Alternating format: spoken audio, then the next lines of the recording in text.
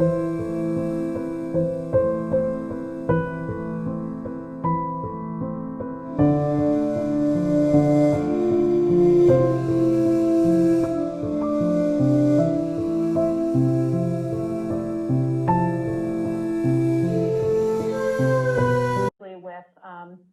Oregon Health Authority as well as our local Clackamas County Public Health teams, and I'm wondering, I guess, you know, if you think there's more that we can do to help kind of pass some of those learnings and what we're hearing from a public health perspective around the safety, particularly of opening elementary schools. I guess just how we can continue, you know, getting that information to teachers, or if you think there are additional resources that would benefit teachers in this space.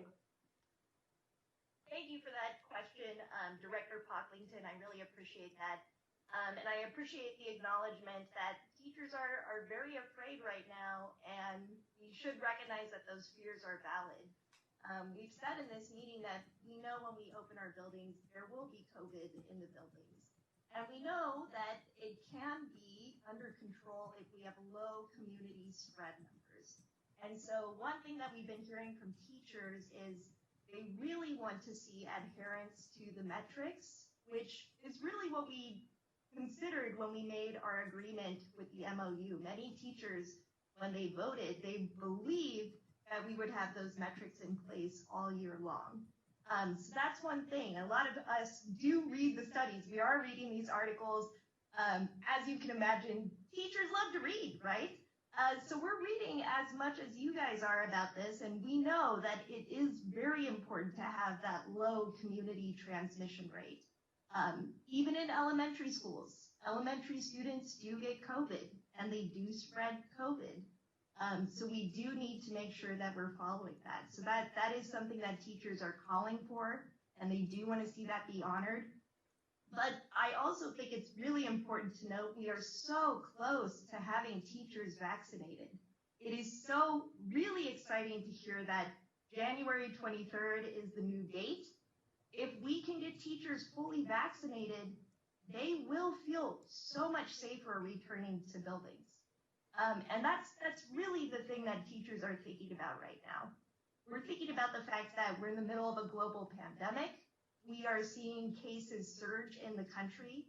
We are seeing schools shut down in countries that had them open because there's a new strain. And we are rightfully concerned about that. So being able to have access to that vaccine and being fully vaccinated would be a great comfort to teachers who are being asked to risk their lives by returning. And while we do know that some teachers may have that ability to move into LO online, we do know that there won't be enough spots for every single one that wants to move there. I don't think we have a lack of knowledge about the research, but we do have some things that we could do to make teachers feel a degree more safe when they enter into buildings. Thank you for that question. I really appreciate it. Thanks, Kelly. We think about our health, our students' health, all of that is imperative. But it cannot be questioned that not being in a school building at any level isn't a problem. It's not perfect.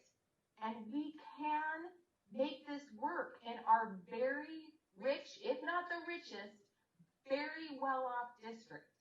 And to me, it seems most fair that a district in our position should try this first.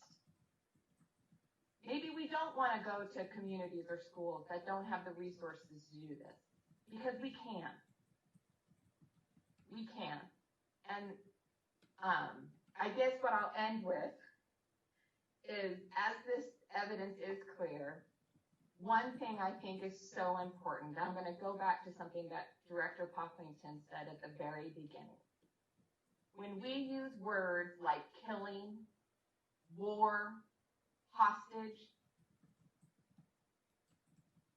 we are not each other's enemies. We have to come together. We have the resources to do it. We have the commitment to do it. We have to use our fear to try and drive action, not to paralyze us. And I am beyond grateful and impressed for the leadership that Dr. De La Cruz and her administrative team has shown. I appreciate the fear that is out there, and I ask us to please use it to drive towards action and common ground and to not divide us. And Chair Aird, I really want to thank you for that and for your passionate speaking. I appreciate that.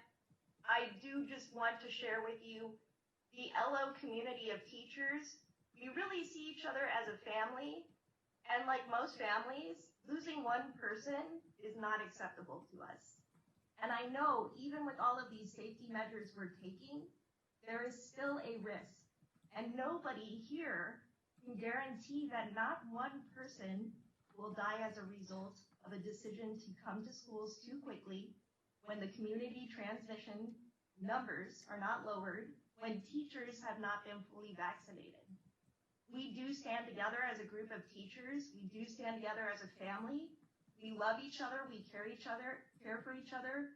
And one person would be too many for us to lose. Just one. I agree, and I want that for all health issues as